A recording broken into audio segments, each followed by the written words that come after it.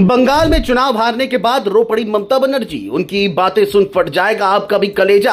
ममता से कहां हुई चूक, क्या सच में हुई थी चुनाव में कोई गड़बड़ी? 15 साल बाद पश्चिम बंगाल में क्यों हार गई ममता बनर्जी? सियासी गलियारों में चर्चा छिड़ी, बंगाल से दिल्ली तक हलचल, हर कोई दिखा परेशान।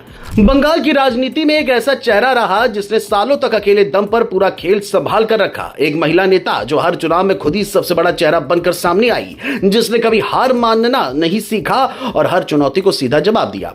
वही ममता बनर्जी इस बार चुनावी नतीजों के बाद भावुक नजर आई। ये वही दीदी है जो कभी सड़कों पर संघर्ष करती दिखी तो कभी सत्ता के शिखर पर मजबूती से खड़ी रही। लेकिन इस बार की तस्वीर अलग है, क्योंकि 15 साल की मजबूत पकड़ अचानक ढीली पड़ती दिखाई दी। जैसे जैसे मतगणना आगे बढ़ी वैसे वैसे तस्वीर साफ होती गई कि इस बार मुकाबला पहले जैसा नहीं है। रिकॉर्ड 92.42% मतदान ने पहले ही संकेत दे दिया था कि जनता कुछ अलग सोच रही है। और जब रुझानों में बीजेपी की बढ़त बढ़ती गई तो यह साफ हो गया कि बंगाल में बड़ा बदलाव होने जा रहा है। लेकिन इस बीच ममता बनर्जी की प्रतिक्रिया ने पूरे चुनाव को एक नया मोड़ दे दिया। ममता बनर्जी ने काउंटिंग के दौरान ही गंभीर आरोप लगाए। उन्होंने कहा कि शुरुआती राउंड में आंकड़ों के साथ भ्रम फैलाया जा रहा है और असली तस्वीर बाद के राउंड में सामने आएगी।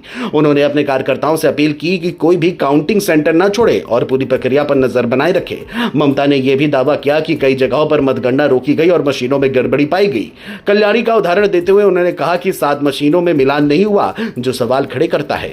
सिर्फ यही नहीं, ममता ने चुनाव आयोग और सुरक्षा बलों पर भी गंभीर आरोप लगाए। उनका कहना था कि केंद्रीय बलों और पुलिस के जरिए दबाव बनाया जा रहा है और पार्टी दफ्तरों पर कब्जे की कोशिश हो रही है। यह बयान सिर्फ आरोप नहीं था, बल्कि उस बेचैनी का संकेत था जो हार के बाद उनके शब्दों में साफ झलक रही थी। उन्होंने अपने कार्यकर्ताओं से कहा कि धैर्य बनाए रखें, क्योंकि असली नतीजे अंत में सामने आएंगे। यहां तक कि उन्होंने भरोसा जताया कि सभी राउंड पूरे होने के बाद उनकी पार्टी बेहतर प्रदर्शन करेगी। लेकिन सवाल यही है कि क्या यह सिर्फ काउंटिंग का मामला है या फिर इसके पीछे कोई बड़ा कारण छिपा है? विश्लेषकों का मानना है कि इस बार का चुनाव कई मायनों में अलग रहा। रिकॉर्ड मतदान, आक्रामक प्रचार और बदलते वोटिंग पैटर्न ने पूरे समीकरण को बदल दिया। लंबे समय तक सत्ता में रहने के बाद एंटी इनकम्बेंसी भी एक बड़ा फैक्टर बनकर सामने आई।